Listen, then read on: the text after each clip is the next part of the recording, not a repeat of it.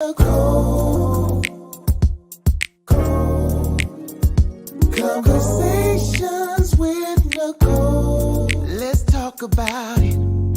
Tell me all about it. I'm here. I wanna know what's on your mind. Ooh, the world needs to hear from you, and I'm so glad to have a conversation to reach the nation. And it's all about you. We'll help each other to discover innovative ways to positively change the world. Let's talk about, let's talk about, yeah. Let's talk about Conversations with Nicole.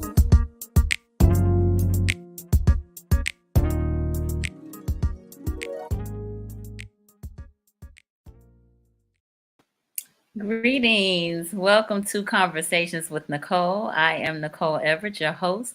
And Conversations with Nicole is a talk show based in Tallahassee, Florida, focused on connecting the community through conversations.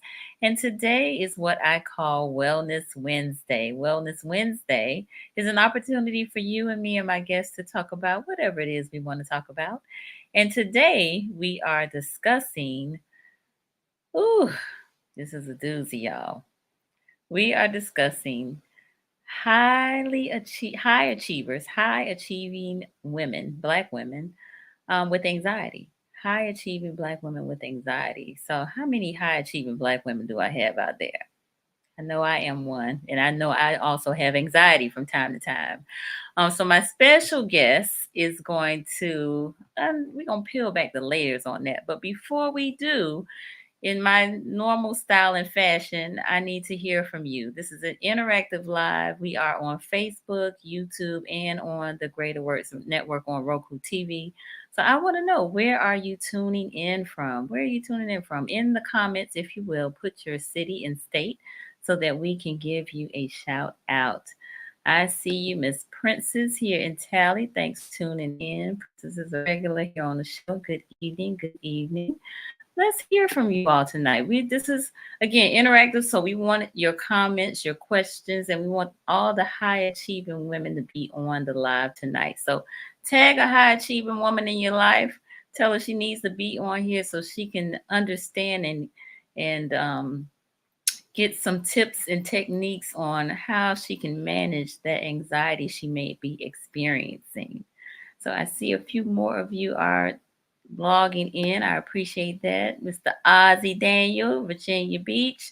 Ozzy was our guest on Monday for Mindset Monday as we covered part 2 of our talk on nutrition and mindset. So thank you for being here, Ozzy. My cousin Raymond from Newport News, Virginia is here. My godmom Corliss out of Miami. Thank you so much for being here. Ozzy is saying good evening. And Miss Lynette Broxton, who is also a regular on the show here in Tallahassee, thank you for being here. So y'all tell folks they need to be on here. They don't want to miss this conversation. So my guest, Miss Kamisha Brewer, is, y'all know how this connection thing works, right? So Isis, the therapist Isis was on, and she connected me with Kamisha. And so I'm super excited and delighted to have Kamisha on with me tonight. So before I bring her on, I'm going to tell you a little bit about her. Miss Kamisha Brewer Dickerson is a therapist, a business coach, a speaker, and an author. And we're going to talk about her book later on this evening. But she is passionate about helping people prioritize their mental health. Whether you've heard her speak at an event or talked with her during a session, any conversation with Kamisha is intriguing and thought-provoking. She has an extraordinary story of transforming her own life from being an orphan teen living on public assistance to becoming a successful entrepreneur with a thriving business. And that's the inspiration behind her bold mission to teach others that with God, all things are possible.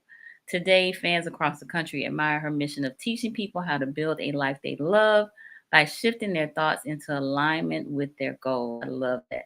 Kamisha has been a special guest on numerous podcasts, journals, magazines, educational and religious platforms, and now on Conversations with Nicole. Help me welcome Miss Kamisha Brewer Dickerson. Yay! Welcome. Thank you. Thank you for having me. I'm really excited to be here on your platform. And we are excited to have you. Excited to have you. So tell the people, who is Kamisha Brewer? Not what you do, because I already talked about some of that, but who is Kamisha Brewer? Cameisha Brewer is a servant of God. She is a wife. She is a daughter, at some point, a mother. She is an advocate for the community, for mental health. She is an educator. She is an inspiration to many people. So she's a lot of things, but at the end of the day, she's just Cam. Cam, okay. Love it, love it. All right. I see Tamika on here. Greetings, Tamika. And we got Miss Isis from Little Rock. Little Rock in the house, Arkansas. So you are based in Arkansas for those who don't know, right? Yes, ma'am. Okay, good deal. And how did you get involved in counseling? So I'm a pastor's kid. So I grew Mhm. up in the church. My parents did a lot of pastoral counseling. That's not what they called it. I didn't know that at the time, but it was very normal for me to come out of my bedroom as a child and see families at our kitchen table getting counseling and getting coaching. And so I just became really fascinated with human behavior and mindsets and decision making. And I wanted to understand why people did the things that they did.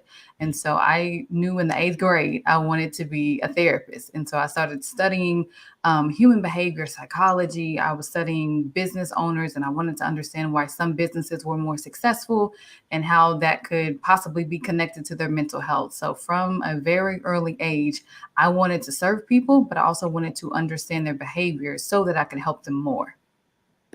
Nice, nice, nice, nice. That's a great reason to do that. You know, I think being a counselor, therapist, a psychologist, psychiatrist, that is definitely a special calling. So to be able to listen to people and try to help them sort through things, you know, that is a special gift indeed. All right, Miss Kinsey is giving a shout out. That's look, I told Isis, I said, I've had so many folks from Arkansas on. I think the three of you, I'm gonna have to come visit y'all one day, really soon. Yeah, you good. I love it. I appreciate it. So before we dive into this topic, I want you to tell us a little bit about your business. Sure.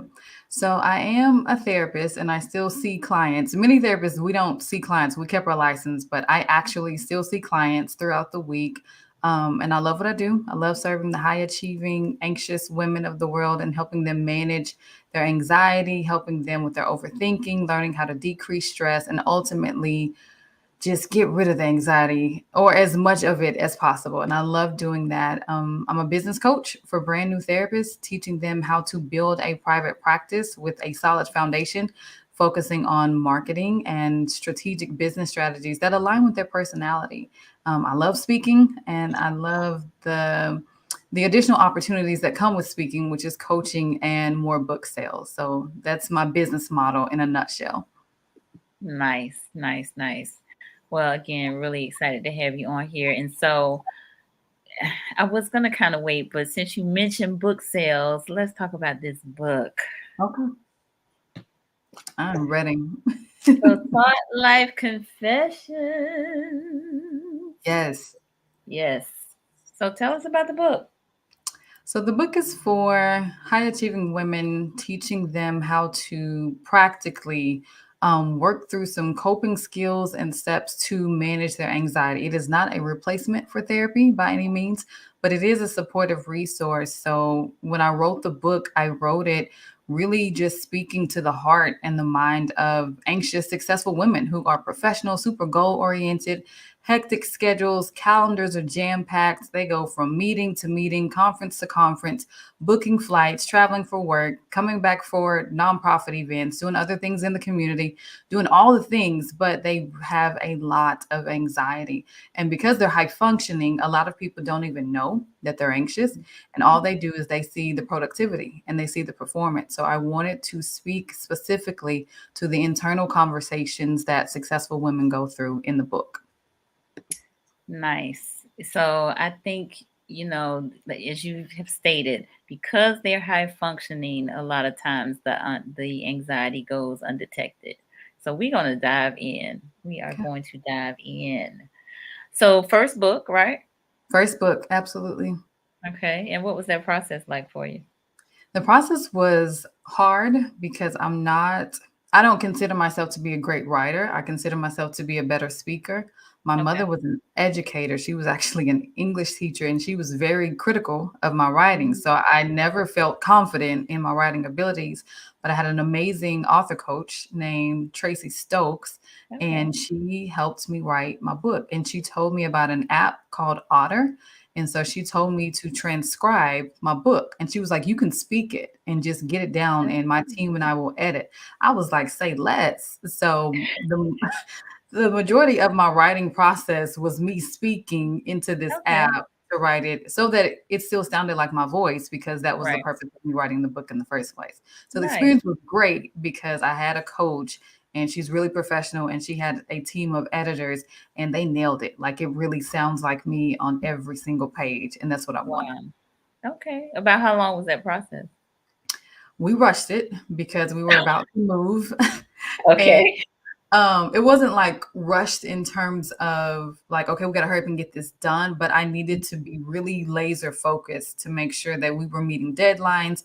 I had all my submissions in on time so they could be edited, the revisions could be done. So it only took a few weeks once I learned that I could speak the book instead of trying to sit down and type it out.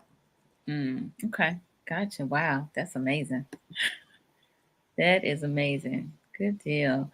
All right. Well, I got a disclaimer that I must read since I have a clinician on, and that is that all topics, past, present, and future, on Conversations with Nicole are for informational purposes only.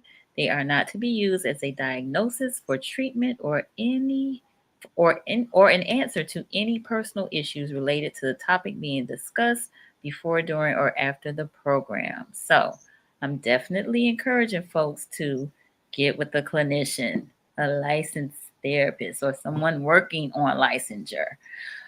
So again, just got to put that out there. So let's talk about it. Highly achieving women, and we are Black women. So, not that some of this does not apply to all women, but specifically Black women, and anxiety. So, why would a high achieving woman have anxiety? Why would she not have anxiety? I think a lot of it really boils down to just the expectations. I'm a high achieving woman too, which is how I know I'm in recovery. I'm still healing through some things, but Mhm. we set really high expectations for ourselves about, at a certain age, I should be married. At a certain age, I have to finish grad school. At a certain age, I should have my second master's or be working on my doctorate. I have to buy a home by this age. So when we put that Mhm. kind of pressure on ourselves, it can actually be toxic because life happens. There's too many variables. We can't quite map out everything that could happen or will not happen. We can't map that out. And so we put a lot of pressure on ourselves to meet these goals. And a lot of it's society. Us as Black women, we are the fastest growing rate. I don't have the exact statistics, but we are the fastest growing rate of new business owners. And we are very educated. And it's this constant push and rush to go do more, be more successful, get another certification, do all the things. And it's stressful. But we Mhm. don't have to live like that. We just have to learn how to be successful and still manage the anxiety. Yes, yes, yes. No, but folks are chiming in. Patricia said, expectations, me too.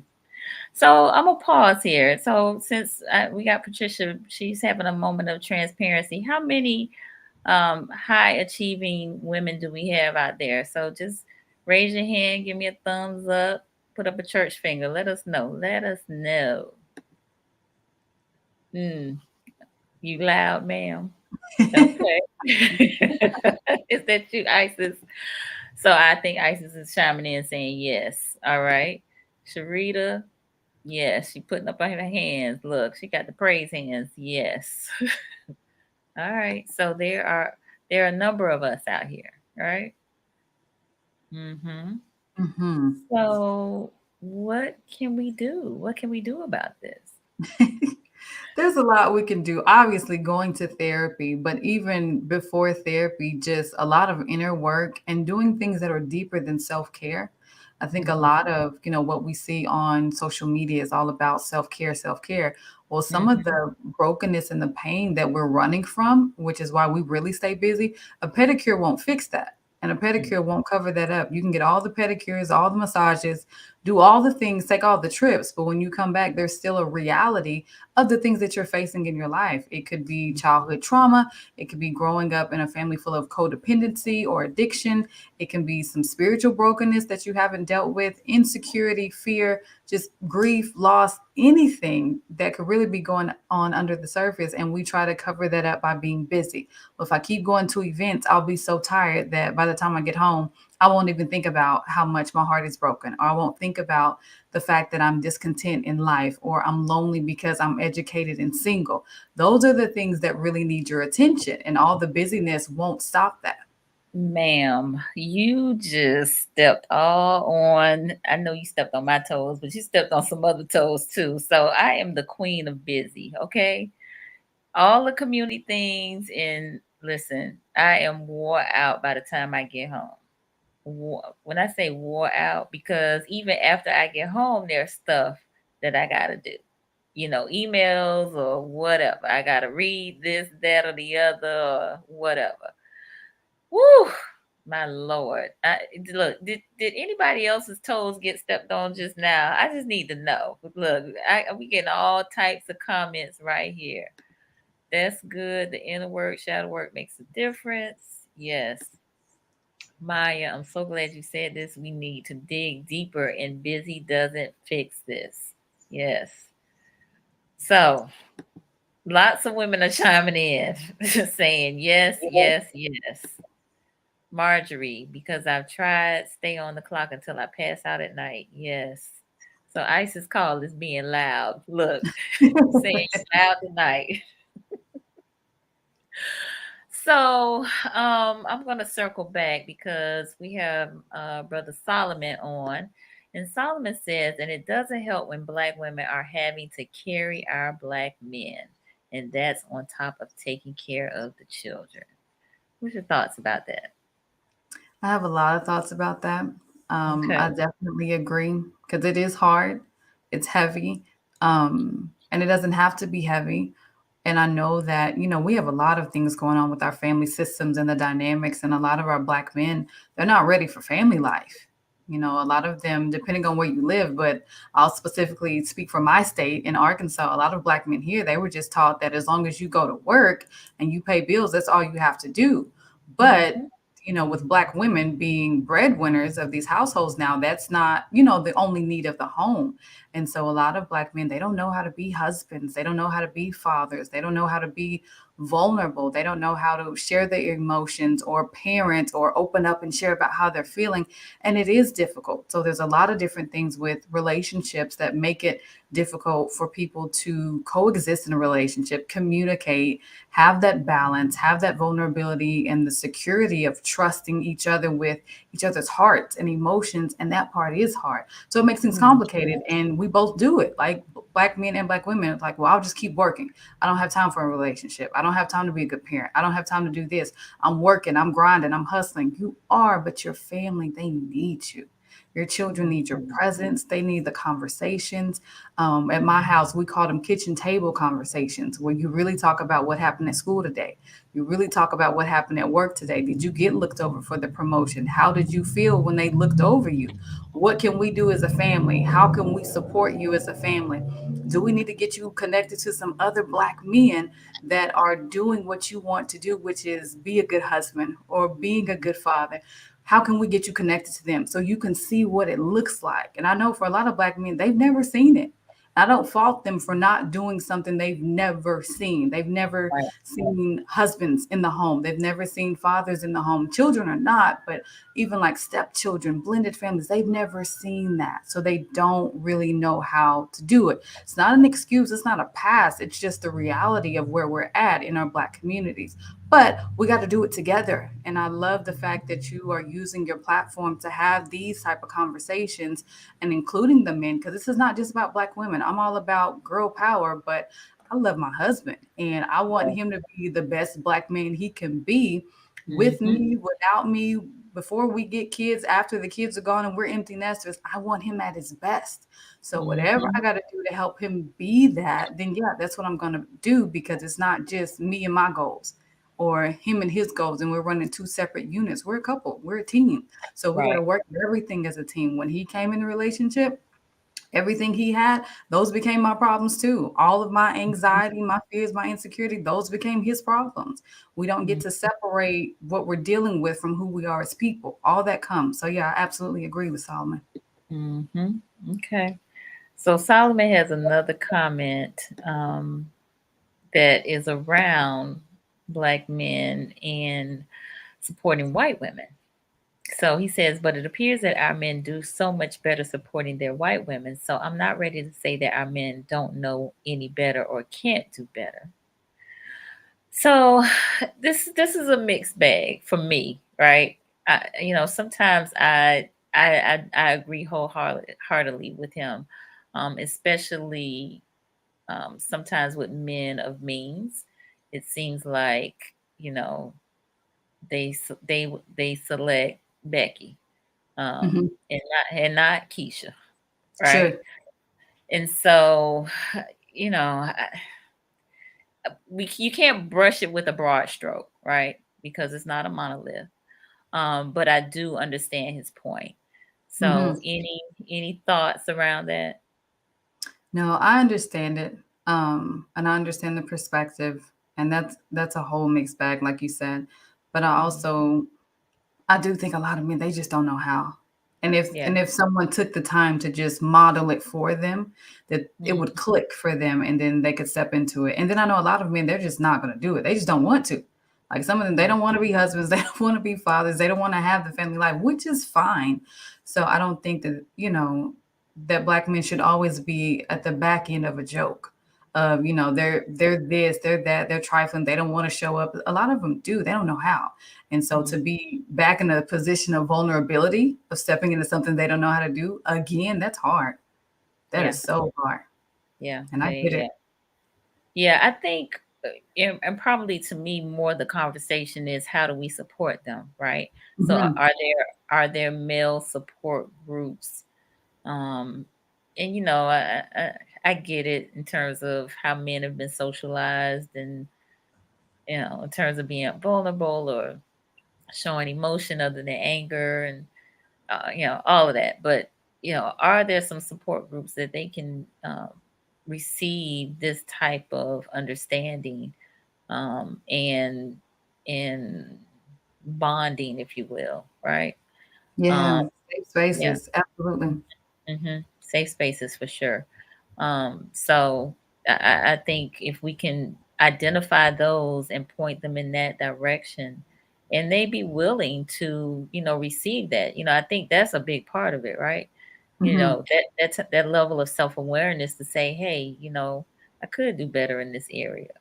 Um, or I could use some assistance, a mentor or what have you. So that I think that's a big part of it as well.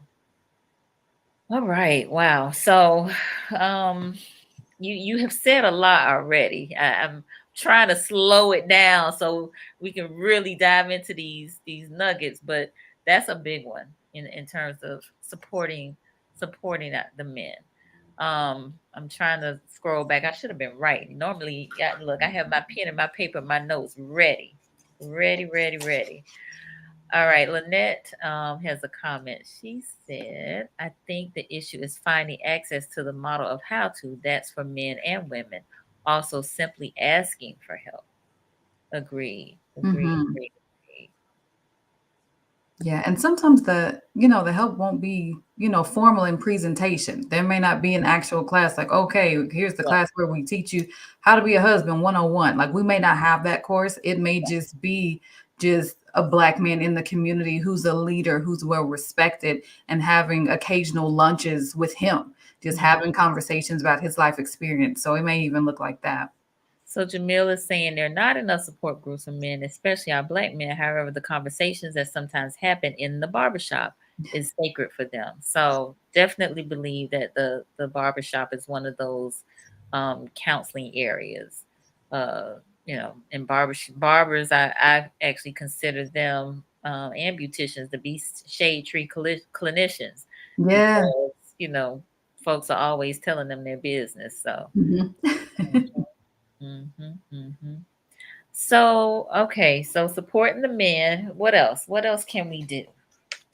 I think we have to get to a point where we decide what level of success is enough for us Okay. and just make a decision. So a lot of the women that I see just in the community, in my practice, in my coaching, they don't know what level they want to stop at. And so it becomes this constant drive and quest of, oh, I hit a financial situation, so I need to go back and get another degree.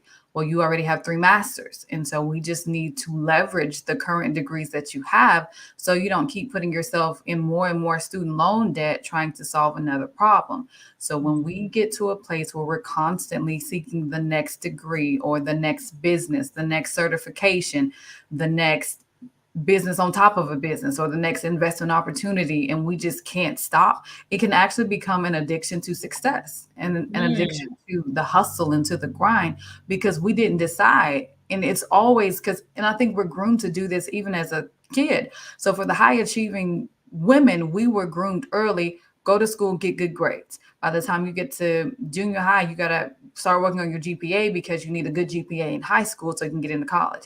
Then you get into college, you got to keep working so you can get into grad school. And then you finish grad school.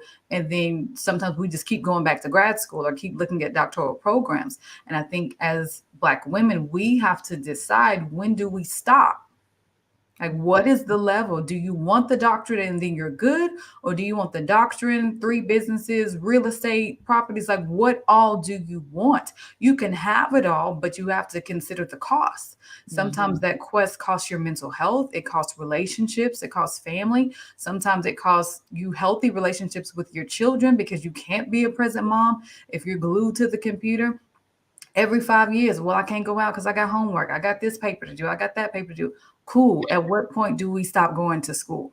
It doesn't matter. You just need to make a decision because that's what's causing your anxiety is this fear of, well, what if I'm not successful enough? What if I get passed up for this job opportunity because somebody had one more degree than me? Sometimes it ain't even about the degrees. It's about who you know and about who they want in certain positions. But that's a corporate conversation.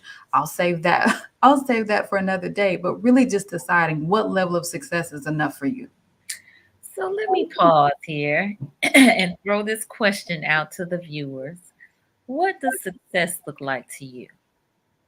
What does success look like to you?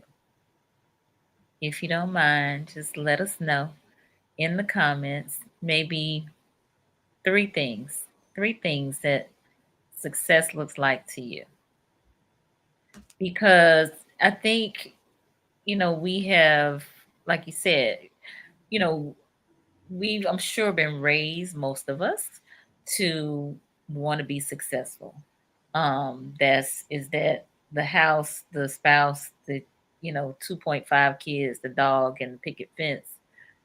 What is that, right?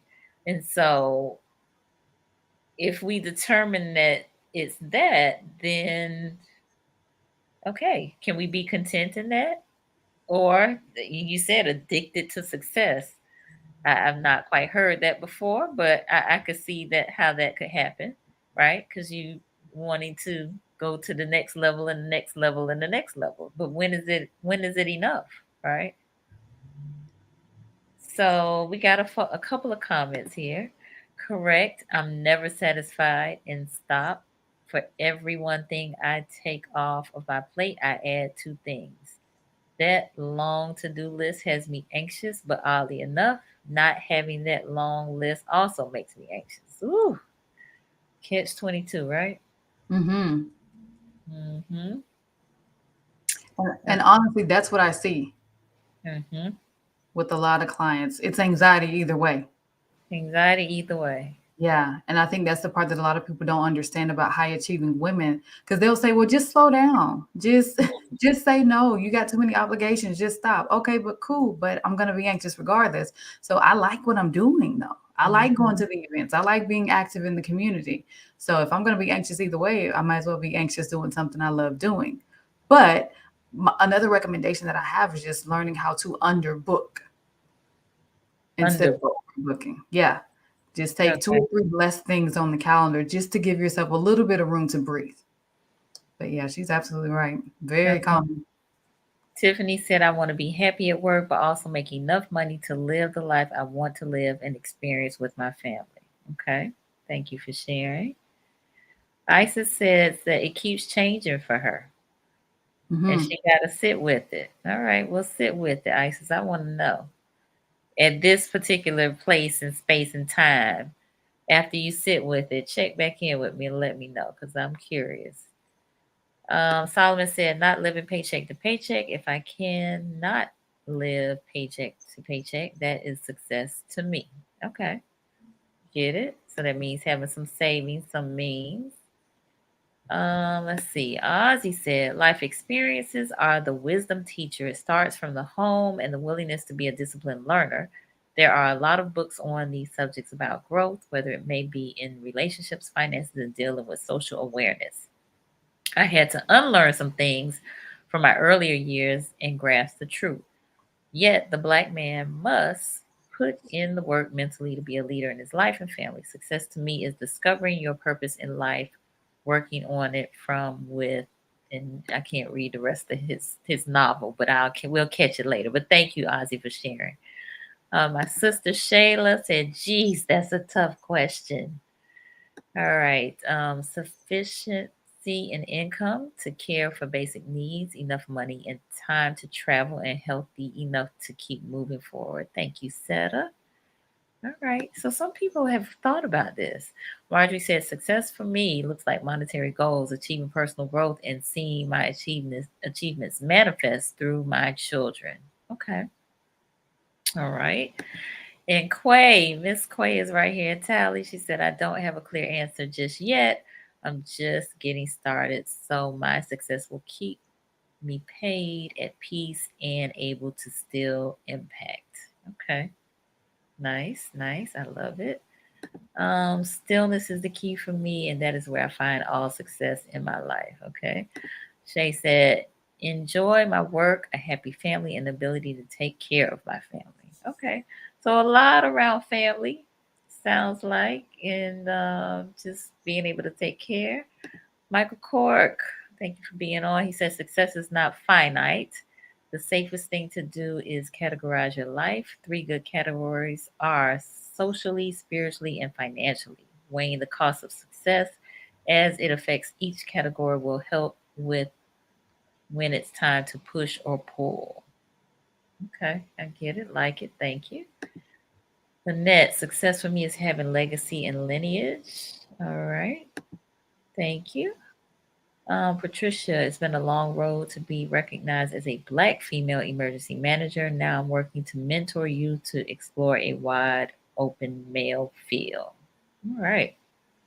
So a little bit of variety there. And then Jamil says, success for me is having balance in my life and being able to follow my purpose and know that by doing such, provisions will follow. Success is an abundant mindset and not a scarcity mindset. Love it. All right. So, defining what success is for you. Hmm. And I love what she said about purpose, Mm, because I included that part in the book too, just about purpose not really being a destination, but it's a state of mind and the mhm, things that you're really seeking after at the end of the day and how you find fulfillment in the things that you're actually pursuing. So yeah, I love it. mhm. All right. Princess said accountability to understanding prosperity and wealth that assists my family for a better life to help others as well. All right. Ozzy also added learning to invest and not just saving. You will never be rich if you are just a saver. And Shanae, success is just being, walking in my purpose and having peace of mind. Okay. Good deal. Well, it sounds like some folks have given some thought, and others need to think about it a little more. But I really thank you all for playing along with me in that exercise. So Quay wants to know the book. So the book is Thought Life Confessions: Inner Conversations of Anxious Successful Women by Miss Kamisha Brewer Dickerson. So we are, how this whole conversation even came about is because she talks about high achieving women with anxiety in the book. So that is what it's all about. All right. So, whoa, let's get back on it. So we've talked about supporting the men. We've talked about deciding what level of success you want and success addiction or being addicted to success.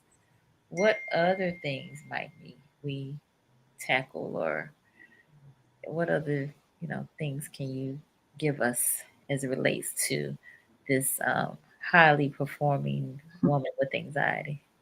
Yeah, I think it's really important to be mindful of just the type of obligations that you're saying yes to Okay. and making sure that they're aligned with whatever your goal actually is. Mm. Um, by the way, I'm gonna just plug Sharita in here. Sharita is a clinician, and she's the clinician who introduced me to ISIS and to Kinsey. So, um, Sharita and I, we were chatting about just my caseload, and I told her, I was like, I can't take any more clients. I could, but I'm like, I'm not, because I know that that's going to stress me out. I know what number, my caseload needs to be at to hit the business goals. Like, I got that part down. But anything else that's not aligned with the bigger goals of where God is calling me to serve and what God is calling me to do in my community and in my business model, I can't do it, because I know that I can get overwhelmed, and I want to create that margin so that my bedtime routine isn't disrupted, or that, on my off days where I'm not working, that I can really be off and I don't have to sacrifice that because I said yes to too many things. And so anytime you're making decisions or anytime opportunities come, making sure they're aligned with what it is that you've been praying about, making sure those opportunities are aligned with what it is that you're working toward. And if they're not, they can really be a waste of time. Even though it's a good opportunity, it may not be a God opportunity, which is why when it comes down to speaking and being on different platforms for podcasting, I don't get on everybody's platforms, because some of the things, it's not a good time. My schedule's already hectic. I'm determined to underbook and always leave extra space in my day so that I don't feel rushed. Because when I feel rushed, I feel anxious. But being really, really intentional and being mindful about the things you're putting on your calendar and the things other people want you to help them with. Mm. Everybody always has an idea, like a business idea, like, oh, Cameisha, it would be so good if you would do this and you should do that. No, I shouldn't. That's your idea. If you want to do that in your business, go for it. But don't bring that to me thinking I'm going to jump on board. I haven't even been thinking about it. That's not where my focus is. That's not where my energy is, my resources. Like, that's not where I'm at. So it's really important to be mindful and making sure that you're always moving in alignment, and that will help your anxiety. Now you said a whole word there, because this current climate and culture is booked and busy, right? Mhm. And so you're all, I think we're constantly balancing time and money, right? So am I trying to make more money because I have, of course I have obligations, but maybe there's some other things that I want to do, so needs and wants, or am I trying to take advantage of the time? Now, I feel like time is our greatest commodity, because Mhm. we can make more money, but we cannot make more time. Right. Mhm. Yeah. So sometimes it's good for us to be unbooked, right? So that we can spend that time refreshing and dreaming and meditating and just being, Yeah. right? And I'll share this too, just in terms of a tip to help everyone to monitor whether or not you're booked and busy, or if you just doing the most, like you're absolutely doing too much.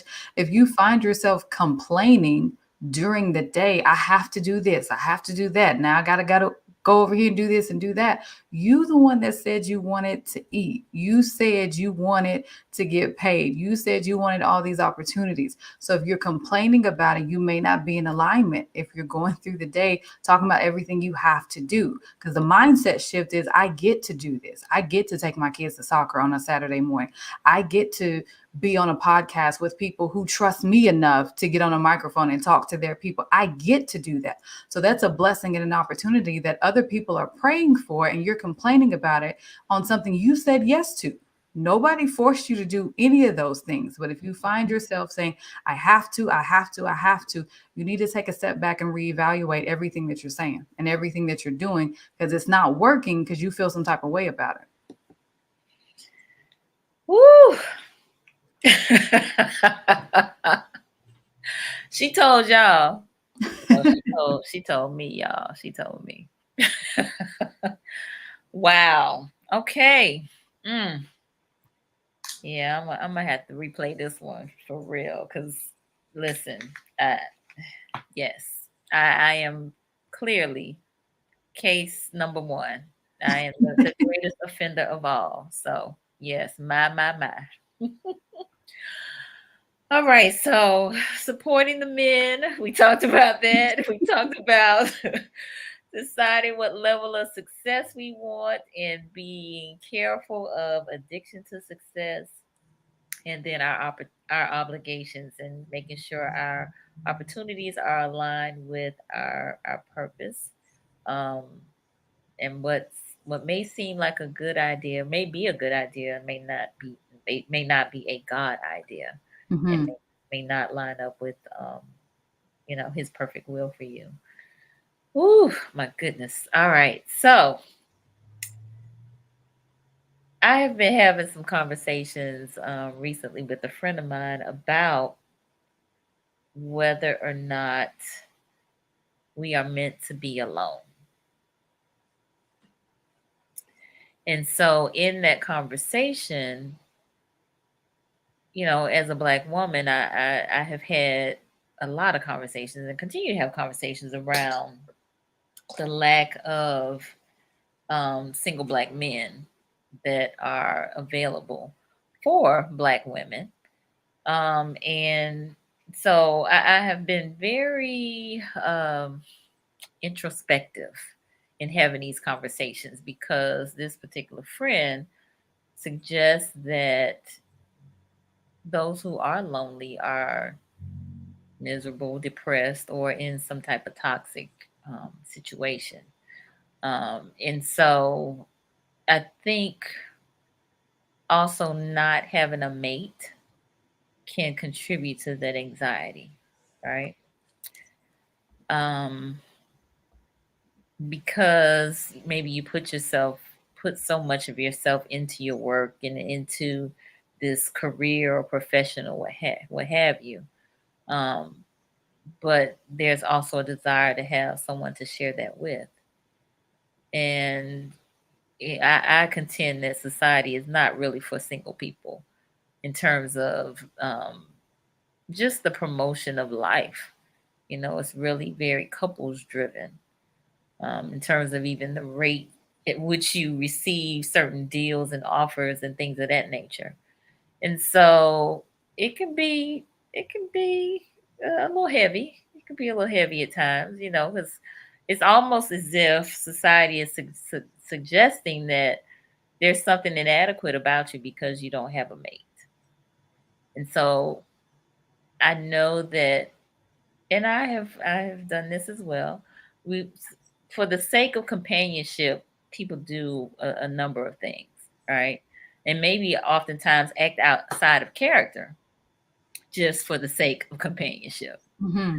And so, I think that, again, this is the anxiety that we're talking about. Again, highly achieving women, highly performing women, but still there's some things that are not in place that again contribute to that anxiety. So I know I kind of went all around to kind of get to the point, but if you would kind of speak to that a little bit. Yeah. So this was my norm for a long time. I was a single, educated, super driven career woman.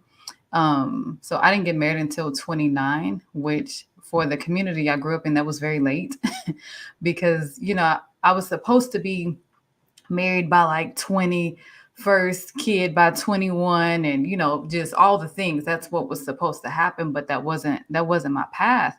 And so I struggled with it. And I think the inadequacy feeling can really come from whether or not there's a core belief that you believe there's a part of you that really is not you, Nicole, because I know I'm on your show. I'm not coming for you on your show. You good? But as women, if there's a part of you in the singleness that believes maybe something is wrong with me because I'm still single, or maybe I am selfish because I chose my career, or because I chose to serve my community well instead of doing the family route of, getting married, having children, and, doing that path. And I don't really think it matters. I think it's just really important to do what works for you, to do what your heart desires. And to be honest with you, I had all three of my degrees by the time I was 24.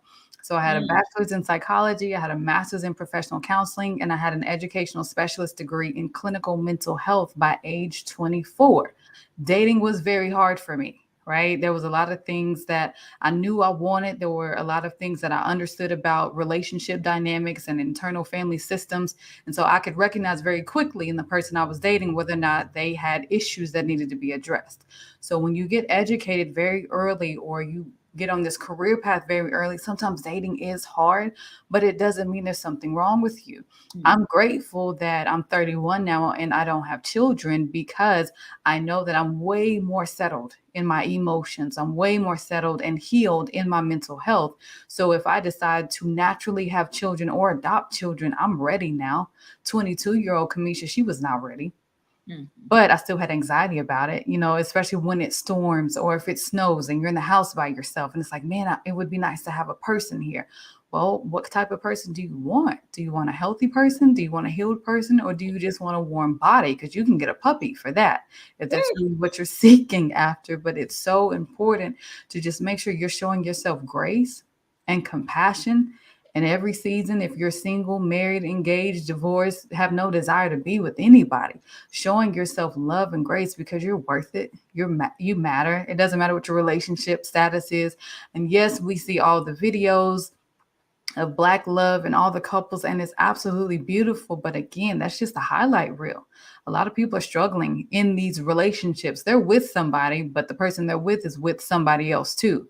So it really just depends on where you're at in your life and the type of grace you're in a position to show yourself. Like, can you fully and deeply accept yourself in this place of singleness? How much can you love yourself? How good can you show up in your community and still serve and be the dope person that you are, regardless of your relationship status, and still manage the anxiety with that, regardless? Because anxiety doesn't go away just because you got married.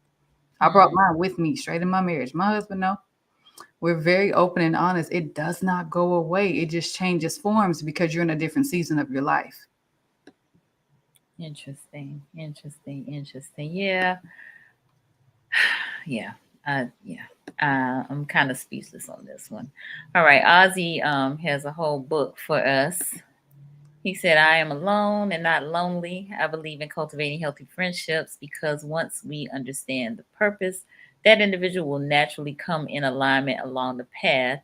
If we get caught up on the world standards, we will be stressed and full of anxiety, thinking so much on time and who is watching or thinking about the status. The key is to love yourself deeply and don't settle for the minimum. Easier said than done, but keeping a healthy mindset is key. All right. He also says that singleness is a gift. All right. So I'm going to say, I hate to quote a movie during a serious topic like this, but there is a movie that Tupac played in, and in the movie, he tells someone that being alone makes you strong. Again, it's only a movie, but those were some heavy words in reality. Yeah. I mean, I hear all of that, but still, at Hmm. night, uh-huh. You said you want a healthy person, or do you just want a warm body? You said you can get a dog for that, right? You can. It won't fix it, but it may be a little bit more helpful to have somebody to cuddle up with. But yeah, you can totally be single and not lonely. And oh God, my heart ached when I was single. I cried. I would lay in the bed like, God, please send me my husband. I wasn't ready for no husband. Hmm. It takes work. That single life was simple. My husband, we've only been married for 2 years, but we've been in the pandemic, so we've been we spent a lot of time together, just a lot of quarantining time, and it was hard. And this Lynette person, she's absolutely right. All the questions, why you ain't married, why you don't have kids, I just don't, and I'm okay with that. Hmm. And even if your family's not okay with that, if you can be okay with that, that's where you'll find that peace and that inner security. Like you're not less of a woman because you don't have children. You're just not. Okay. All right. I just wanted to put it on out there because I know that is a big thing, Hmm. especially for women. I mean, it's some of that thought about, you being an old maid and that sort of thing if you're not married by a certain time or a certain age. And, you know, it still exists today, even though I think even some of this younger generation, they can kind of care less about it. They're not Yeah. as concerned. At least they appear to not be as concerned Right. in some regard. Marjorie said, definitely not lonely because I have to get my to-do list out of my bed first before entertaining any man. Not quite ready. Okay. Hmm. So I'm hearing folks say that you agree in terms of getting yourselves together first. So working on yourself. And I guess identifying what it is exactly that you want. Yeah. And finding somebody that's compatible with that. Everyone's views won't align, and you'll be trying to, build a stable family foundation, and the person that you're with, all they've ever known is chaos. And I'm not saying it can't work. It just means that as a couple, you'll have to work harder at trying to make it work because you're, on a fast track because you saw healthy relationships and a healthy marriage and a healthy household and parenting.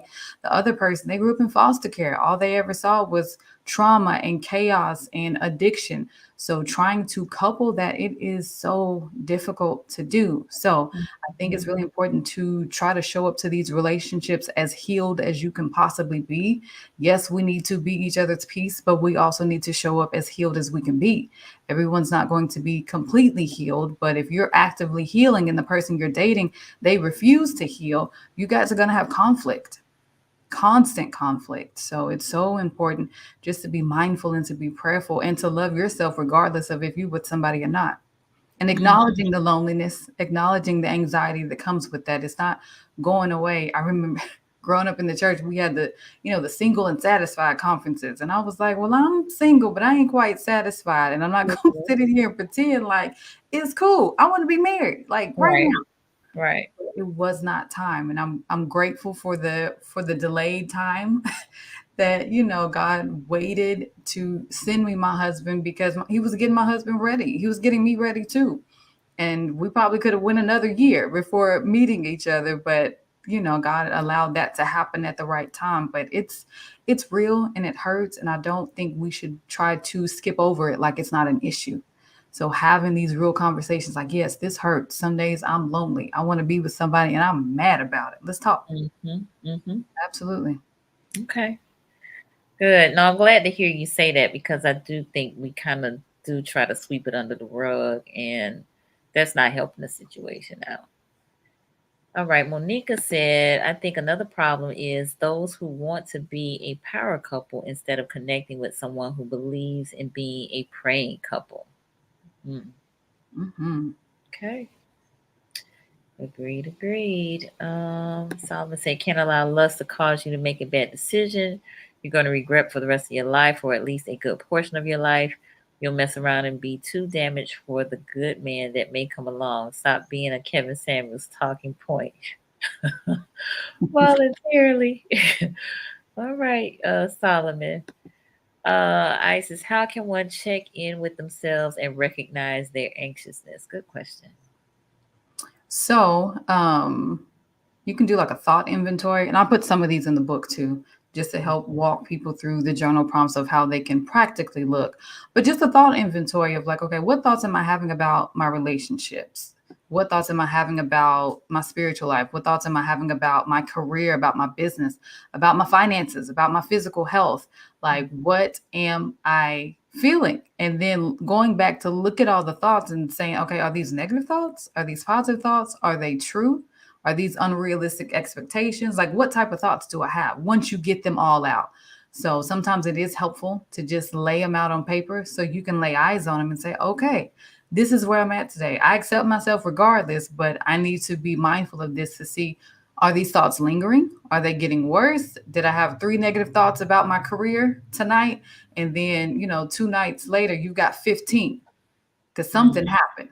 And we're not going to be able to do that or be able to monitor it without, the inventory of your thoughts. And it's nothing you have to do by yourself. Obviously, therapy is my recommendation, but just using the tools and having conversations with people who love you and who care about it and who get it.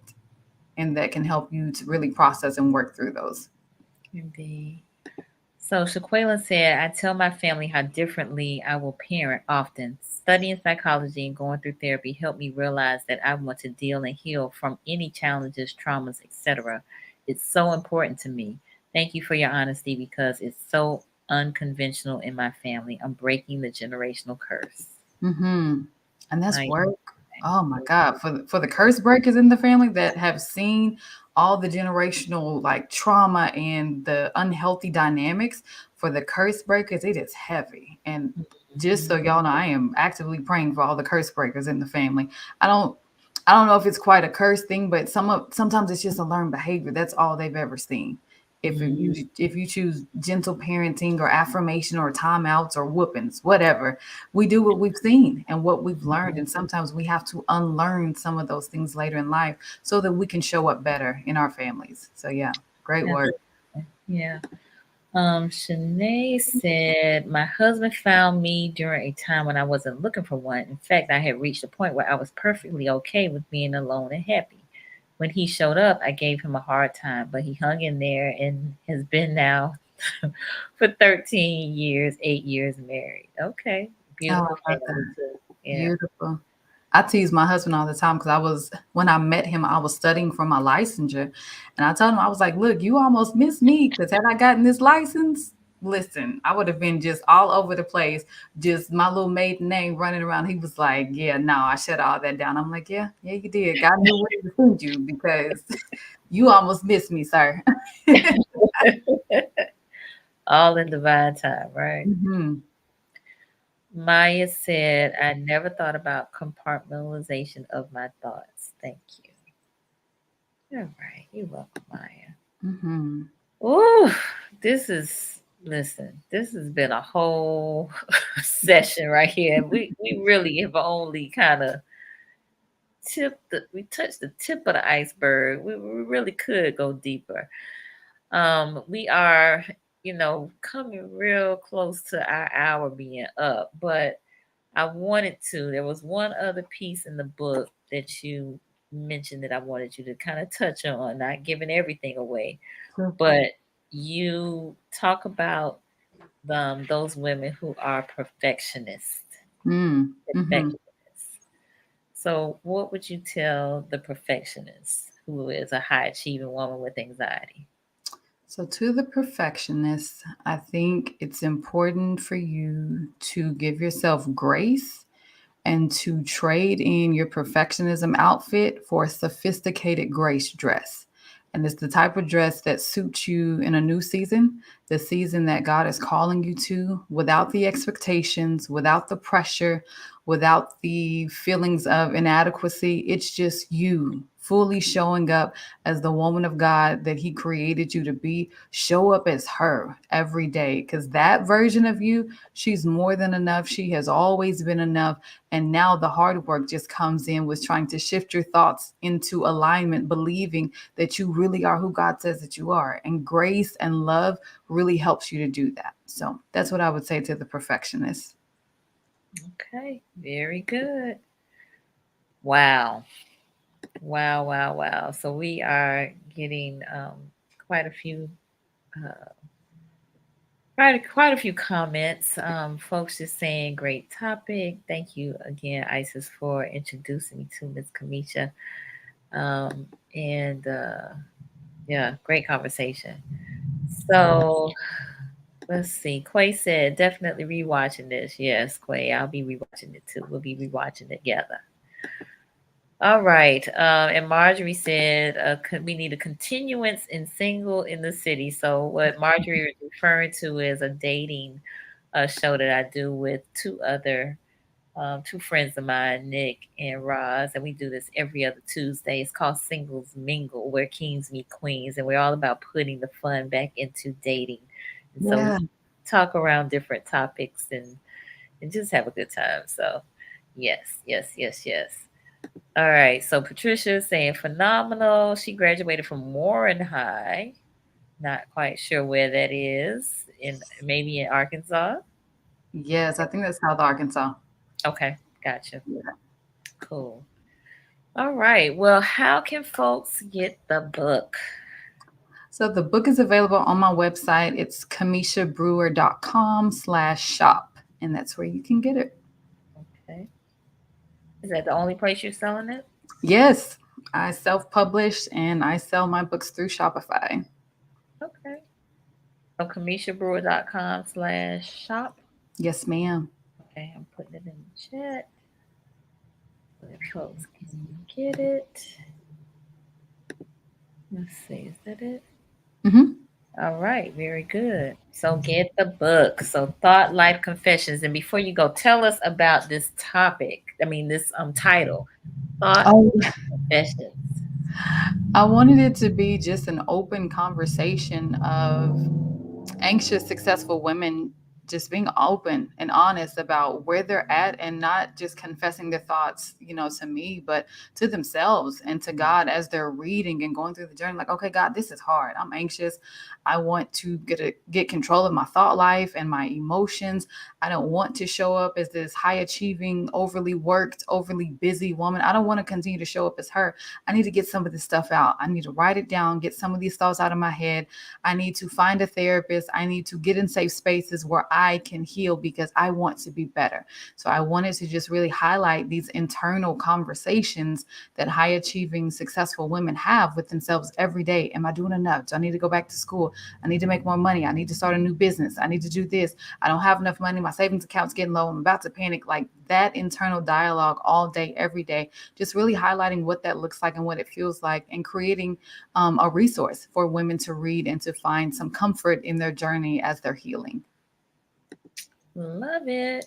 So, y'all, the book has case studies, which are really short, and then journals where you can share what your thoughts are about these particular women that are highlighted in the book.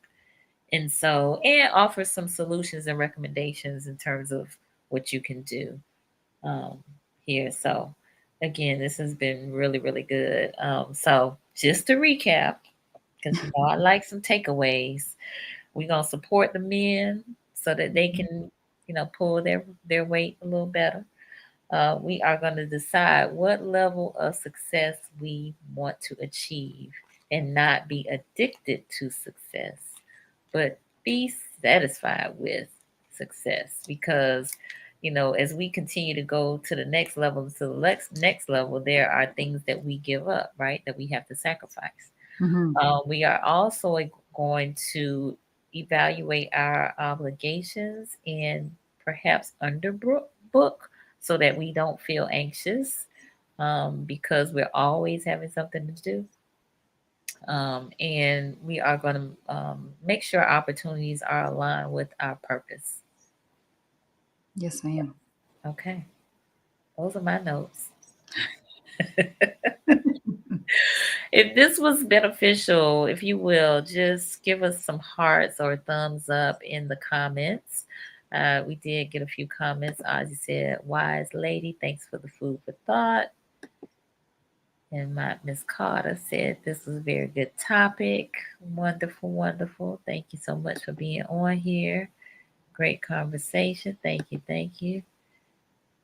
Jamil is a clinician here in Tallahassee. Thank you, Nicole, for your great work. Thank you. Thank you, Cameisha, for leading the conversation. Yes. Isis, yes. All right. Shaquela says she just ordered her book. Yay. Appreciate that. Thank you, thank you, thank you. Absolutely. So let's keep this conversation going. As Ozzy said, be anxious for nothing. Be anxious for nothing. Yes, thanks so much for the conversation, Lynette. Thank you. Thank you for being here. Marjorie said, mind blown. I didn't come in ready for this level of conviction. Marjorie, my feet hurt because she stepped all on my toes. The night, all on them. Yes. So you're not alone, Marjorie. You are not alone. So yes, my mom in Miami is saying thank you. So thank you all. We really appreciate it. I do have to give a little short plug for those of you who are new to the platform. I invite you to subscribe to the Conversations with Nicole YouTube channel. Subscribing and supporting, and we need all the support we can get. I'm trying to reach 4,000 viewing hours, so just turn it on and let it play. Just treat it like a podcast. Treat it like a podcast, and invite your friends to do the same. How can folks reach out to you, Kamisha? Yeah, so the easiest way to contact me is on my website, CamishaBrewer.com. I'm on Instagram at Cameisha Brewer, LinkedIn, YouTube, and Facebook. Okay, so everything is Kamisha Brewer. So I will put the website back up. Now the shop, of course, if you're going to purchase the book, but just CamishaBrewer.com is our website, and that's the best way to get up with her. All right. So again, thank you so much, viewers. Thank you so much, Kamisha. Appreciate you so much. And hopefully you'll come back and visit us. Absolutely. Okay. Absolutely. Wonderful. Wonderful. Well, y'all have a great rest of the week, great weekend. We'll be in May next week. Can you believe that? We'll be in May next week. Yes, Monica is asking, is Ozzy in Virginia? Yes, he is in Virginia. All right, we'll see y'all next week. Y'all be safe. Take care. Peace.